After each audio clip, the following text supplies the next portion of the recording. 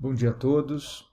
Em primeiro lugar, gostaria de agradecer a doutora Ana, doutor Fábio, pelo convite e parabenizá-los pela iniciativa. Eu acho que a discussão de doenças, né, cardiovasculares é sempre muito importante.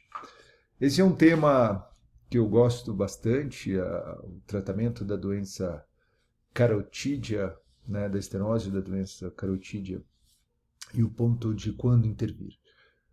Um assunto controverso, né? Algumas novidades aí, e nós vamos discutir algo a respeito disso. Eu não tenho nenhum conflito para esta apresentação. E a gente já pode começar falando especificamente do que se falam nas diretrizes ou nos guidelines, né? E aqui a gente tem os guidelines da Sociedade Americana de Cirurgia Vascular, né, para o tratamento da doença carotídea, né, extracranial.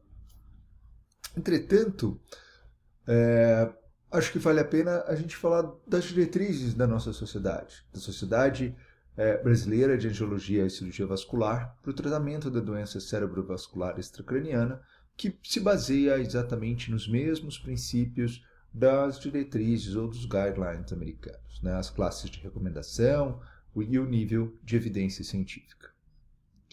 Quando a gente esse é um quadro que mostra os fatores que elevam o risco de AVC em pacientes com estenose carotídea assintomática sob tratamento clínico. E aí o que chama a atenção são infartos silenciosos na tomografia. Os pacientes têm um risco de 3 vezes maior de ter um novo evento, né? E dessa vez um evento talvez sintomático. Da mesma forma, aqueles que tiveram um AVC contralateral têm 3 vezes maior risco de ter um novo AVC. A progressão da estenose, né, as estenoses acima de 50% a 99%, tem quase 2 vezes mais risco. Da mesma forma, quando se analisa a placa, né, esse risco vai aumentando. E vejam que uma área maior que 80 milímetros quadrados leva um risco de quase 6 vezes da ocorrência do AVC. Vale a pena ressaltar que aqueles pacientes com embolização espontânea do Doppler transcraniano e que tenham estenose acima de 50%, né, tem um risco de 7 vezes e meia maior de ter um AVC.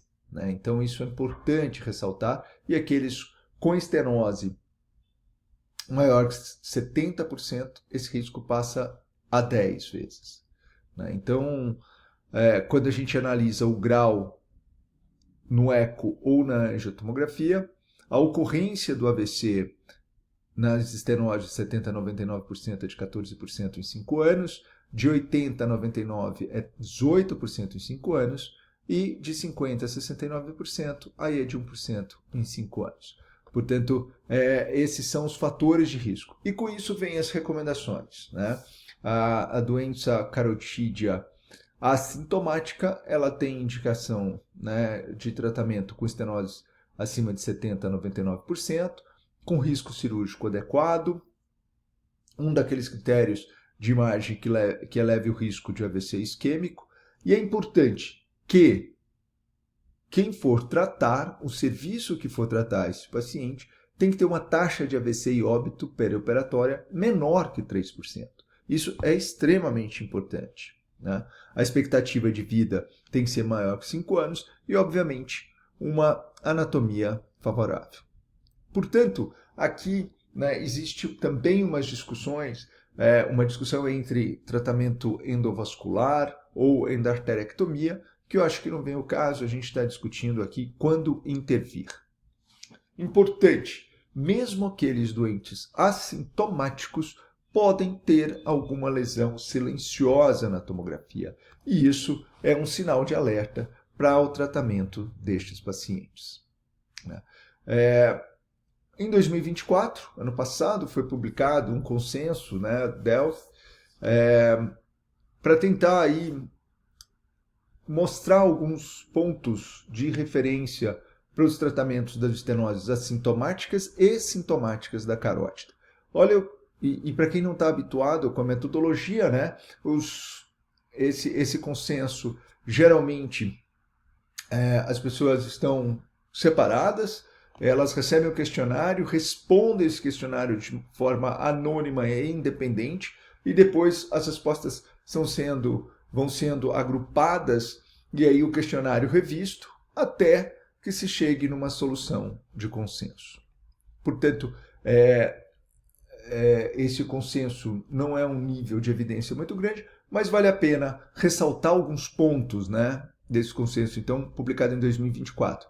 Primeiro, o risco de doença assintomática com 80% a 99% é alto para desenvolver um AVC, mas vejam que eles falam que, além do grau de estenose e sintomas, é importante acrescentar na indicação dos doentes assintomáticos o tipo de placa, ou seja, se as placas são vulneráveis ou não, a presença de infartos silenciosos e, né, detectados na tomografia de crânio. Então é importante aqueles pontos que nós acabamos de ressaltar. E aqui vamos para alguns estudos agora, relativamente recentes, né, esse de 2022, que quis avaliar o que acontecia com os pacientes assintomáticos, né, se tem risco de AVC e quais os fatores preditivos para isso.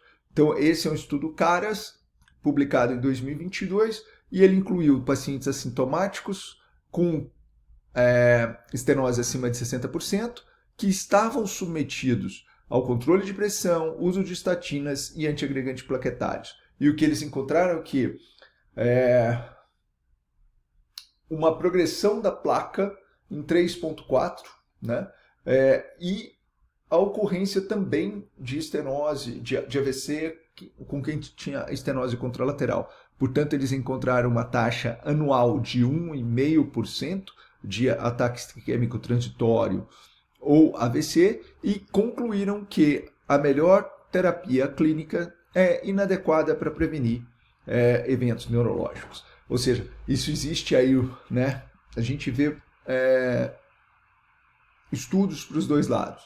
Esse outro estudo, publicado em 2020, analisou aqui a história natural da doença assintomática com estenose entre 70% e 80% da carótida interna. E aí ele observou que a taxa livre de AVC em 5 anos era de 92%. E o que ele achou uma taxa de 1,5 por ano de AVC. Da mesma forma, a taxa livre de progressão da doença era de 60%, ou seja, 40% evolui. Da mesma forma que livre de progressão em stroke, 59%, ou seja, 40% dessas lesões vão evoluir e provocar o AVC. Esse estudo, ele compara a melhor prática clínica com a endarterectomia. E se a gente considerar, ou com outras terapias, se a gente considerar a angioplastia de carótida, não tem diferença. Se a gente considerar a melhor terapia clínica pré-anos 2000, também não teve diferença. O que chama atenção é a prevenção de AVCs ipsilateral com a melhor terapia clínica atual. Ou seja, então a gente encontra estudo de um lado, essa é uma meta-análise, uma revisão sistemática, a gente encontra que a melhor terapia clínica tem bons resultados, mas acabei de mostrar um outro estudo que mostra exatamente o contrário.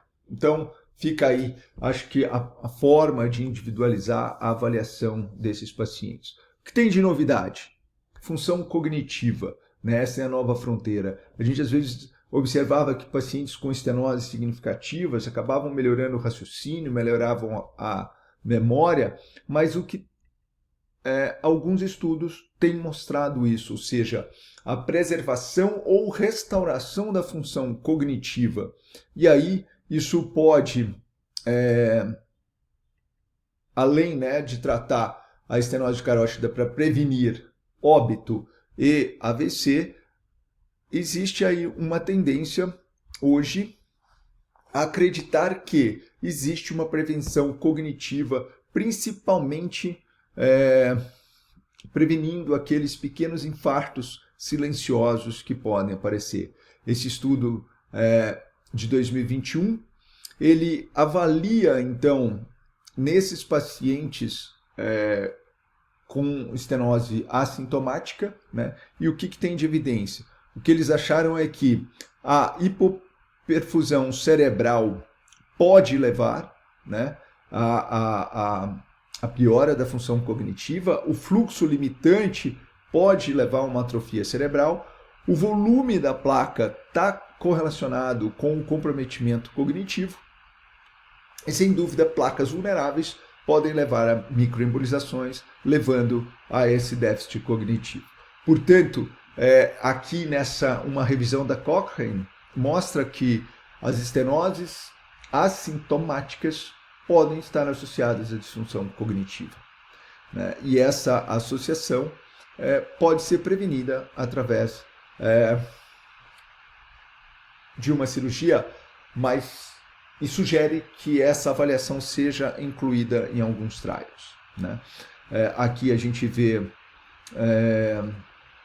também no CREST-2, isso vai ser avaliado, mais de 1.000 pacientes eles vão avaliar a função cognitiva basal e, de novo, isso pode ser por microinfartos e o comprometimento da circulação hemisférica, tá? Então, isso a gente tem de novidade aí. E quando eles avaliam o quanto isso previne, aqui nesse estudo mostrando uma avaliação com fluxo reverso, que esses pacientes melhoraram. Aqui, 170 pacientes consecutivos, existe uma melhora na função cognitiva, como aqui nesses 46 pacientes, nesse outro estudo, mostrando melhora, e assim como nesses 89 pacientes, nesse estudo de 2024, mostrando melhora cognitiva. Para encerrar, vejam aqui um risco que a gente tem, e aqui falando de meio ambiente, foram encontradas nanopartículas e micropartículas plásticas, né? E aí a gente vê essas grandes ilhas de plástico que tem, né? E a gente está comendo plástico. E aqui, de 257 espécimes de carótida assintomática, eles observaram esses espécimes em 50% dessas placas. E aí, aqui na microscopia eletrônica, são nanopartículas menores que 200 nanômetros, mas vejam que, comparando aqueles pacientes sem plásticos com aqueles com plástico, os pacientes com plástico tiveram mais eventos adversos, né? Então, é um grande risco. Aqui, última palavra é sobre carótida web, né? O web carotídeo, que também pode causar sintomas, ele pode ser assintomático, mas muitas vezes ele leva a risco de sintomas, né? Ele não melhora com a terapia clínica, e recentemente eu operei uma paciente, inclusive, com cefaleia. Bom, espero que tenha conseguido ajudar, ou às vezes até piorar a tomada de decisões, mas estenose carotídea, o volume de placa e microembolização devem ser baseados na decisão, né? Hoje a gente viu aí alguns relatos que a revascularização pode reverter ou melhorar o comprometimento cognitivo, mas hoje ainda, né, a taxa de estenose é o único método validado para indicação de revascularização nos doentes com estenose de carótida. Um bom curso a todos, obrigado pela atenção e até a próxima. Obrigado.